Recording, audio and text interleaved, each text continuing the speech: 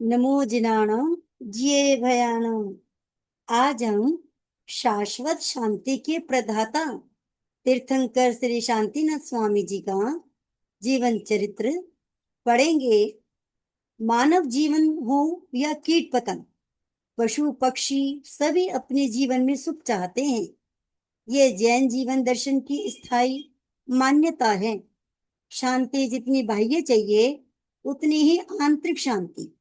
बगैर शांति के ना तो जीवन चलता है, ना संसार चलता है, और ना ही साधना के अनमोल पद। इसीलिए प्रत्येक कालखंड में जीव आत्मा को आत्म शांति का उपदेश दिया गया है। अध्यात्म जगत अपने आरंभिक काल से ही ये मानता आया कि आत्मावलोचन से आत्म दर्शन प्राप्त होता है। आत्म दर्शन प्राप्त करने के लिए निज की आलोचना, समालोचना करना, स्वदोषों को देखना अत्यंत आवश्यक है। आलोचना से अनंत संसार को बढ़ाने वाले, मोक्ष मार्ग में उत्पन्न होने वाले माया, निदान तथा मिथ्या दर्शन शल्य को समाप्त किया जा सकता है।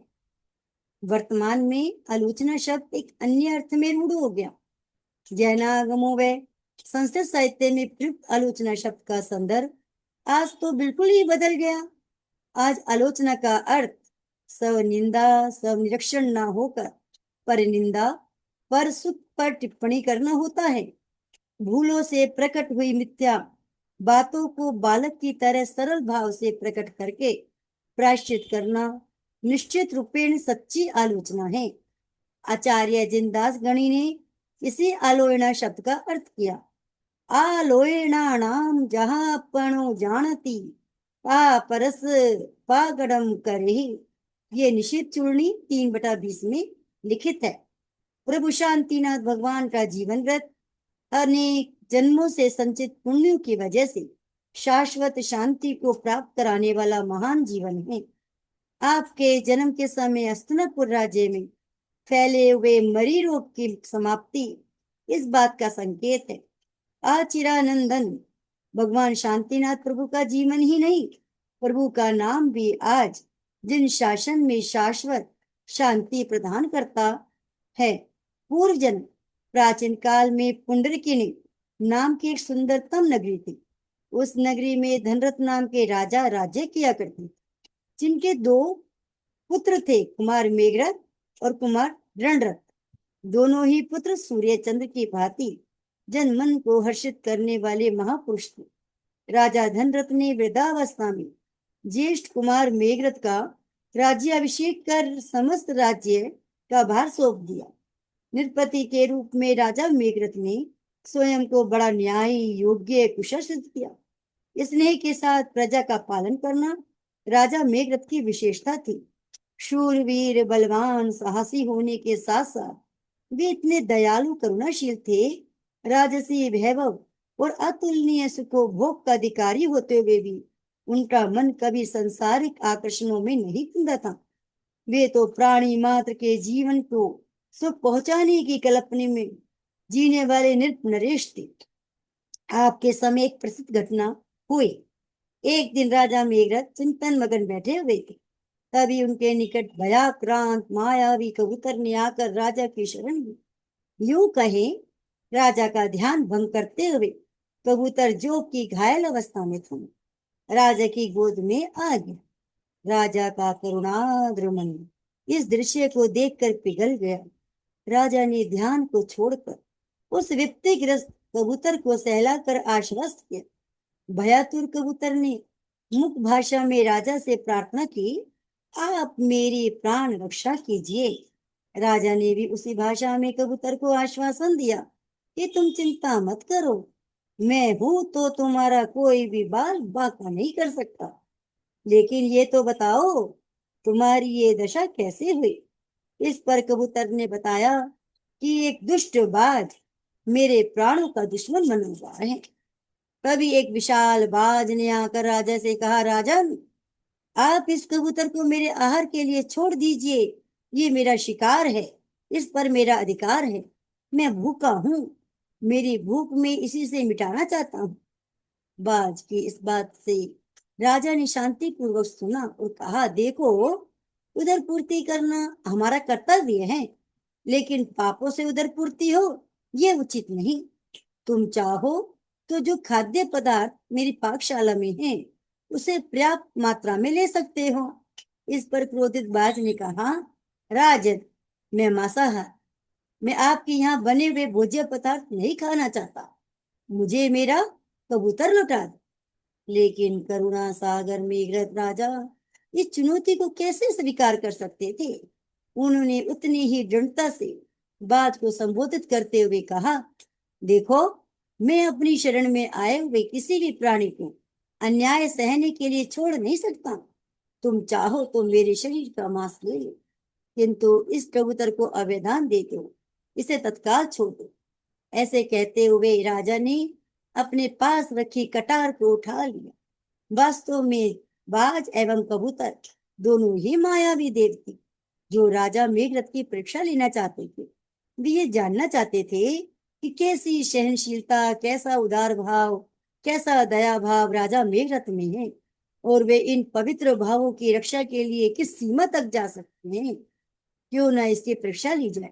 इसीलिए एक ने कबूतर और दूसरे ने बाज बनकर राजा के समक्ष परीक्षा का ये प्रसंग खेला। मायावीरा बाज तराजू के एक पलड़े पर बैठ गया। दूसरे पलड़े में राजा अपने अंगों से मांस काट काट कर पलड़े में रखने लगा। लेकिन परीक्षा तो परीक्षा थी, वह भी मायाचारी, तो पलड़ा कैसे नीचे आता। शरीर का बहुत बड़ा भाव पलड़े में रखने के बाद भी पलड़ा ज्यों का त्यों उठा रहा। लेकिन राजा ना तो दुखी हुआ और ना ही उन्हें अपनी स्थिरता पर क्रोध आया। वे शांति पूर्वक अवैधान का मान बढ़ाने के लिए अपना मांस पलड़े में रखते चले गए। दोनों ही पक्षी, बाज और कबूतर, इस अपूर्व दृश्य को देखकर द्रवित हो गए। उन्होंने अपनी असली स्वरूप में आकर राजा से क्षमा मांगी। हमें आपकी सहनशीलता, आपके दया भाव, आपकी करुणा पर गर्व है। आप निश्चिंत रूप से धर्मावतार है, दया के अवतार हैं। देव तो अदृश्य हो गए, लेकिन उनके द्वारा कही हुई बात राजा मेघराज के स्मरण रह गई। वे सोचने लगे कि क्या क्षणभंगुर स्वाद के लिए इतना बड़ा पाप किया जाना न्यायोचित है। बस इसी एक घटना ने मेघरथ राजा के हृदय में विरक्ति भाव को प्रबलतर कर दिया। इस प्रसंग में राजा के मन में विरक्ति को और दृढ़ किया। उन्होंने अपनी प्रिय रानी प्रिय मित्रा को अपना निश्चय सुनाया और संयम अंगीकार करने की बात कही। इस बात को सुनकर रानी प्रिय मित्रा, जो कि राजा मेघरथ की परछाई समान अनुवक्ता थी, उन्होंने भी राजा के साथ संयम स्वीकार करके अपना पालन किया। इन्हीं शुभ घड़ियों में आचार्य धनरथ का नगर आगमन हुआ। राजा ने उनके दर्शन वंदन हेतु राज्य परिवार एवं राज्य अधिकारियों सहित विशाल प्रजा समूह को ले जाकर नमन वंदन किया। आचार्य श्री जी ने कृपा पूर्वक आशीर्वाद देते हुए प्रवचन फरमाया। आचार्य देव बोले, मानव जीवन दुर्लभ होने के साथ साथ सर्वश्रेष्ठ जीवन है। इस जीवन में ही परोपकार, सेवा, दूसरों को सुख पहुंचाने का उपक्रम किया जा सकता है। जो भी भव्य आत्मा इस जीवन के अमूल्य क्षणों को अनुभव करके परोपकार, सेवा, साधना में लग जाता है, उसका जीवन धन्य हो जाता है। राजा मेघरथ एवं अन्य अधिकारियों ने, राज मनुष्यों ने इस प्रवचन को अंगीकार करते हुए आत्म संचित वैराग्य को दिशा मिलने पर संन्यास्त होने का, निवृत्त होने का दृढ़ निश्चय किया।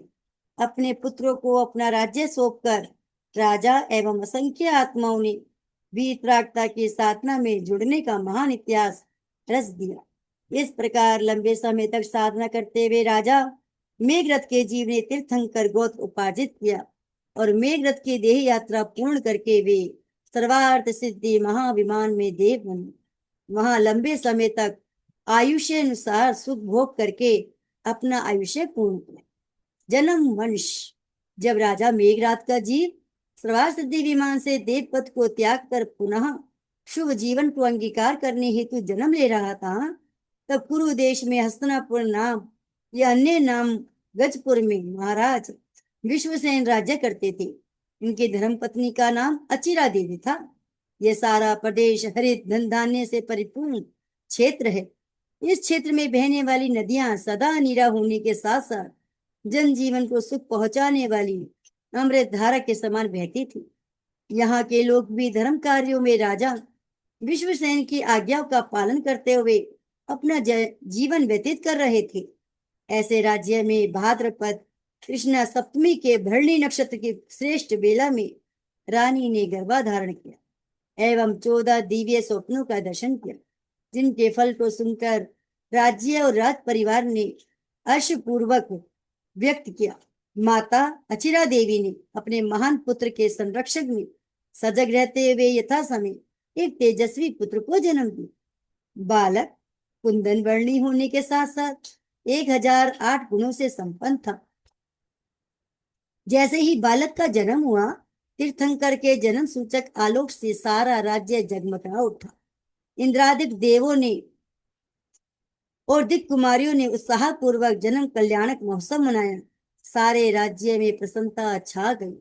अनेक उत्सवों का आयोजन हुआ, जैसा कि हम ऊपर कह चुके हैं। उस काल में कुरु देश में भयंकर महामारी फैली हुई थी। नित्य प्रति अनेक लोग रोग का शिकार हो रहे थे। अनेक उपचार होने पर भी महामारी का रोग शांत नहीं हो रहा। लेकिन जैसे ही गर्भस्थ बालक को अपनी उदर में लिए हुए महारानी ने राजमहल के सबसे ऊंचे भवन में जहां जहां निहारा, जहां जहां तक महारानी की दृष्टि पड़ी, उस क्षेत्र महामारी का रोग शांत हुआ। इस प्रकार आपके शांतिगत प्रभाव को जानकर आपका शुभ नाम कुमार शांतिनाथ रखा गया। गृहस्थ जीवन एवं चक्रवर्ती जी। इधर कुमार शांतिनाथ ने क्षत्रियोचित शौर्य, पराक्रम, साहस, शक्ति का प्रदर्शन करते हुए अपने राज्य को विस्तार देने का निश्चय प्राप्त किया। उनके कदम जहां जहां पड़े, वहां वहां के राज्य राजाओं ने युद्ध न करते हुए मैत्री पूर्वक उनकी अधीनता स्वीकार की। इस प्रकार राजा शांतिनाथ के साथ कई गुणवती राजकुमारियों का विवाह हुआ। विशाल संपत्ति, विशाल राज्य संपदा भी सहज प्राप्त हो गई। जब युवराज की आयु 25,000 वर्ष की हुई, तो महाराज विश्वसेन ने उनके पराक्रम को देखते हुए राज्य सत्ता का अधिकारी बना दिया। राजा के रूप में शांतिनाथ ने न्यायशीलता, शासन कौशल, प्रजा वत्सलता और लोक कल्याण के मार्ग को चुना। इस प्रकार हस्तिनापुर का पराक्रम और शौर्य यश पताका की भांति सर्वत्र फैल गया। महाराजा शांतिनाथ के शासन काल में कोई 25,000 वर्ष व्यतीत हुए होंगे, तभी उनके शस्त्रागार में एक चक्र रत्न की उत्पत्ति हुई, जो इस बात का प्रबल संकेत थी कि अब नरेश को चक्रवर्ती बनने का प्रयास आरंभ करना चाहिए। राजा ने चक्रवर्ती उत्पत्ति उत्सव मनाया और चक्र शस्त्रागार से निकल पड़ा। भूले वयों में जाकर चक्र स्वयं पूर्व दिशा में स्थापित हो गया। सदल बल महाराज शांतिनाथ ने पूर्व में प्रयाण किया। अपनी आसमुद्र विजय यात्रा के मार्ग में पड़ने वाले राजाओं को अपने अधीनस्थ करते हुए उन्होंने शेष 3 दिशाओं में भी अपनी विजय पताका फहरा दी। तब सिंधु को लक्ष्य करके उनकी सेना सिंधु की ओर अग्रसर हुई। सिंधु देवी ने भी अधीनता स्वीकार करी। तदनंतर उन्होंने बेताड़िया गिरी को अपने अधीन किया। इस प्रकार 6 खंड में आधिपत्य जमाकर महाराज शांतिनाथ चक्रवर्ती की समस्त रीति स्थितियों के सहित पुनः अपनी राजधानी हस्तिनापुर में लौट आए। दीक्षा ग्रहण एवं केवल्य ज्ञान। आपके वैराग्य का कारण जाति स्मरण ज्ञान।